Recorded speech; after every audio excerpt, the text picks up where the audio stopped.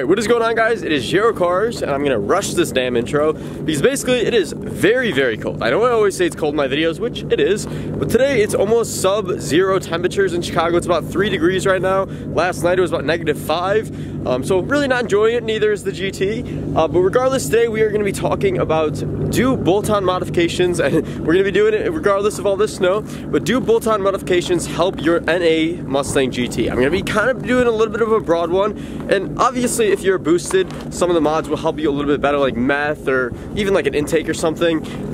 Basically, we're going to be talking about an NA Mustang, like I have, of course, and seeing do the bolt-ons, from my experience, really actually help. So yeah, I'm going to get in the car. It is really cold, but first, man, I don't know if you guys noticed, I got an insanely awesome present from my parents. I don't know if you guys can see if I angle it weird on the back. It said Ford Racing on the back. It's black like my car, and it's a really nice quality jacket. I got that for Christmas, so I hope you guys had an awesome Christmas, got some cool stuff, spent some time with family. But let's get in the GT and get in this video so I can warm up. Alrighty, so now that we are in the nice, warm, and cozy Mustang GT, like I said, guys, today we are going to be talking about do bolt-on modifications really help your Mustang GT. Now, this is going to be, like I said, kind of broad. We're going to be talking about maybe new edges, maybe S550s, maybe S197s. So we're going to be talking even Fox bodies and the classics. We're going to be talking about everything, guys.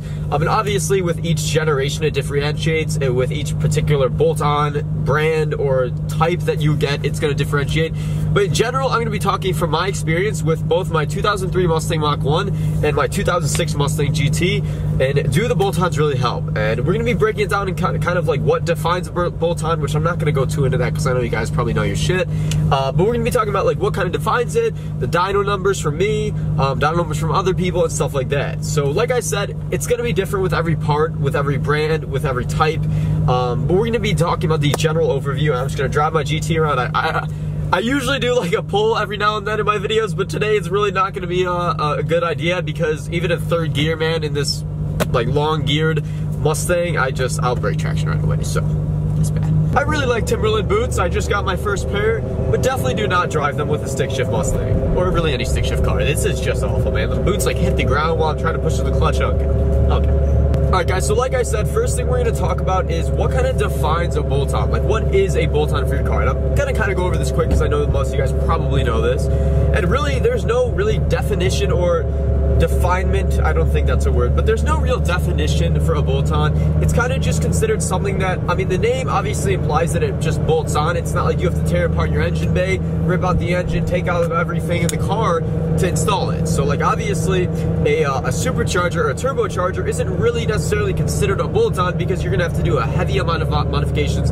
It's not really like you take one part off and put a new one on. And that's kind of where bolt-on gets its name. It's kind of just something that's not simple, but like, you know what I mean? Like even camshafts or cams could be considered a bolt-on, but really it's just like what it sounds like. It's something that you can take something out, put something else in, and it adds performance to your car, right, in most cases. Next thing I want to touch on is the fact that a lot of advertisements, my damn trunk's a trunk is ajar, man. What the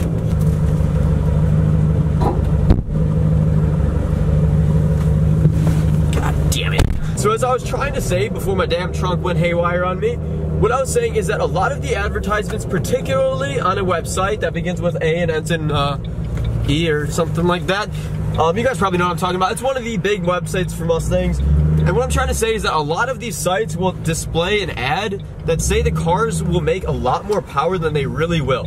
A lot of the times they take a like old crappy engine or something, replace it with these new beautiful awesome parts, and it does add a lot of power, and then they'll show a dyno sheet for it.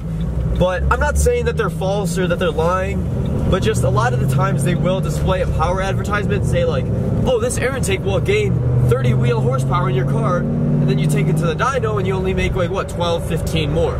So basically it's not that they're false. A lot of the stuff they say is true about what the air intake does, but never really trust the dyno numbers, at least online. Maybe go to your local shop, see if other people have used that intake, or a Mustang shop or something. But for the most part, most of the bolt-on modifications that you're going to come across will add performance to your vehicle. Another thing I quickly want to touch on is the price ranges. Now, bolt-ons, despite the name, can be very expensive. For example, if I were to get a pair of cams for my 2003 Mustang Mach-1, it would be roughly about $1,400 to $1,500 since it's a dual overhead cam, and that is still considered a bolt-on, but it's over $1,000. So even though I'm taking one part out, putting a new bed better one in, it's still gonna get really pricey. But with that being said, they can go all the way down to, you know, 150 bucks, like an SR Performance underdrive pulley kit or something like that, that will add a little bit of power. But usually the price you pay, whether it be higher or lower, kind of determines the factor of what you're gonna get out of the install. So like I just recently, actually, which expect a video on this very soon, I recently bought a pair of Dyno underdrive pulleys, and I paid about $250 for these pulleys. And if I were to go with the SR Performance, from what I saw, the dyno charts, which is another thing, always do your research on your parts, guys, and look up dyno results if you're looking to add power. But yeah, the SR Performance pulleys were about 140 or so, but they only added like 3 to 4 wheel horsepower, whereas the Dyno ran better with charging issues. They didn't really have any, and also they added about 10 wheel horsepower, which was definitely a gain over the SR Performance pulleys. So really what you pay is what you get most of the time from a trusted website, obviously. There's two things I want to talk about kind of go hand in hand, and that is the noticeable difference and the dyno results. So basically, obviously, if you want the hard numbers on your car, like did my car, and I'm kind of leaning more towards power adders in this video, since obviously a bolt-on like springs will help your car, a bolt-on like a strut tower brace will help your car. But we're going to be talking mainly about power, since that's what a lot of guys with Mustangs are into. And yeah, basically we're going to be talking about the difference between noticeable gains and also the dyno results. So basically, if you're going to take your car to a dyno, what I would recommend is getting a before and after, which it might be pricey, but you know, some dyno runs can cost you $100 or something like that. But basically, you're gonna take your car to the dyno before you install the part and see, you know, what your car makes. Say it makes 305 wheel horsepower, then I install the underdrive pulleys and it makes 315. Then and it's on like the same day or at least similar elevation and everything like that. Then you're gonna, or I think it's elevation, something like that. That affects the dyno results. I'm pretty sure it is, but don't quote me. Basically, yeah, so you're gonna take your car for a before and after, and that is the cold, hard facts on whether or not it did add power. That's why, for example, I researched a lot of dyno graphs for a 2006 Mustang GT or an S197 Mustang GT 3-valve with before and after underdrive pulleys, and I saw that a lot of the times they did gain power. And now I'm going to talk about from my personal experience, which the other thing I was going to say is that there's a difference between a dyno result, like what you see, even though it might only be about 10 wheel horsepower, you might feel a lot more than that. And it really, anytime you can feel a difference in the way your engine revs out, you know you did something good. And whether it be throttle response, how fast it revs, the power, and how it throws you back, if you can feel a difference, you should be happy, unless you spent like, you know, like $2,000 on a bolt-on and you don't even feel that much, then I'd be kind of upset. But for the most part, if you can feel a difference and like noticeably feel that the car is faster, then you did good. All right, we're pulling up to a stoplight here. I kind of want to just like, oh, there's an ambulance. I probably shouldn't do shit. But I kind of just want to show you guys generally how bad these tires are. I'm not going to go even like, all right, we'll go full throttle for a second in first gear. Ready?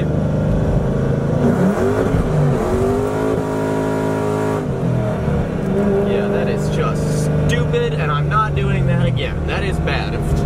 Roasted first gear, no traction. Going into second, swerving all up and down the road. Not fun. Alrighty guys, so wrapping up this video to answer the question that a lot of you probably came for, do the bolt-on modifications help out a NA 3-valve, 4.6, 5.0, 4-valve, anything you want on a Mustang? Do they actually help? And my answer to that is yes, they do. I'm not going to say that it's a cheaper route or a more practical route or anything going like full bolt-on NA, because obviously in the world nowadays, boosting your car is the best bang for the buck price for what you pay for what you get. I mean, you're gonna get a lot, God, this is bright. You're gonna get a lot of horsepower and for a relatively affordable price. But the thing is that it's a one-time payment. Unless you figure out a way to finance it or something, you're gonna have to drop, you know, $3,000 to $6,000 to $8,000 on a boosted project. Whereas if you go NA, you can spend, you know, $200, $400, $600 at a time, and it's gonna be much more affordable for your wallet, and you're not gonna have to worry about like getting all of it done at once. If you're obviously building a track car, you just want to strictly go to the track and get crazy times right away, right when you get the car, then yeah, by all means go boosted. But in terms of, like I said, if you're trying to build a project car, you don't have all the money at once, which is totally fine, that's how I am, then you can just, you know, buy a bolt-on here and there, add the power, get a dyno result, see how you did. And the most important thing is that you're having fun with it. If you're installing yourself, you're feeling the noticeable difference, it's always a good time. And so yeah, my car made about 286 wheel horsepower and 293 wheel torque on a Mustang dyno, which is actually very good numbers. So a lot of people confuse Mustang dynos and dyno jets, whereas if you made about, with my mods, if you made about 200, the same numbers on a dyno jet, that would be pretty good. I made that on a Mustang Mustang dyno, so it's pretty good. It means my engine's healthy, it means just responding well to these mods, and from my personal experience with the Mach 1 with my car, they really help. Like I said about most, on a dyno, or a Mustang, God damn it. On a Mustang dyno, a lot of cars like mine with the mileage, they have 83,000 miles.